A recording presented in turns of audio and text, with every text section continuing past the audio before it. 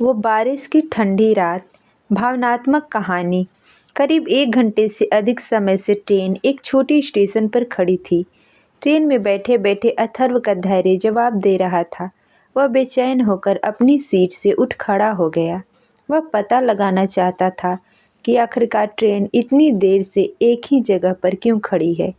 इसलिए वह अपनी सीट से उठकर गेट के पास गया और बाहर देखने लगा। उसने बाहर देखा कि यहाँ तो बारिश हो रही है। फिर अथर्व वापस अपनी सीट पर जाकर बैठ गया और अपने सिर के नीचे बैग रखकर लेट गया।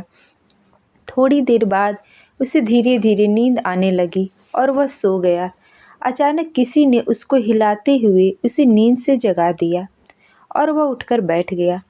तभी उसकी नज़र एक अधेड़ उम्र की महिला पर गई।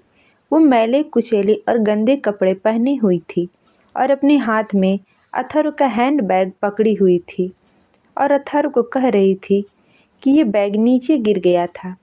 अथर्व ने फटाक से अपना बैग उस महिला के हाथ से ले लिया। तब तक ट्रेन स्टेशन से बाहर निकल चुकी थी और अपनी रफ्तार पकड़ चुकी थी।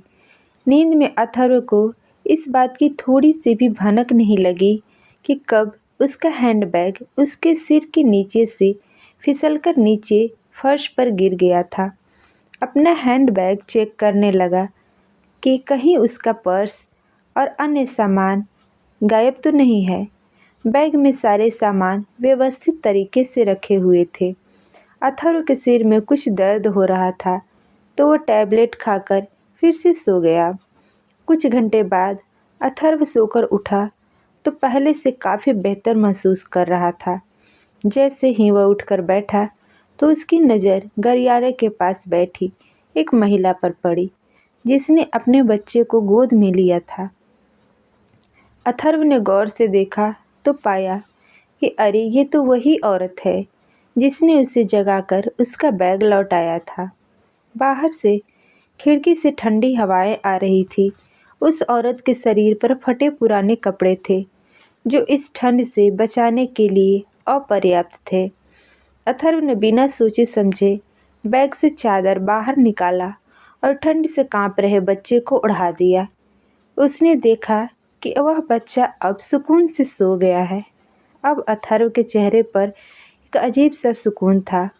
वह सोचने लगा कि अब इस बच्चे को बारिश की ठंडी रात में ठंड नहीं लगेगी।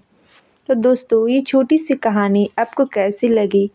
कहानी पसंद आई हो तो लाइक शेयर करें और हमारे चैनल को ज़रूर सब्सक्राइब करें। धन्यवाद।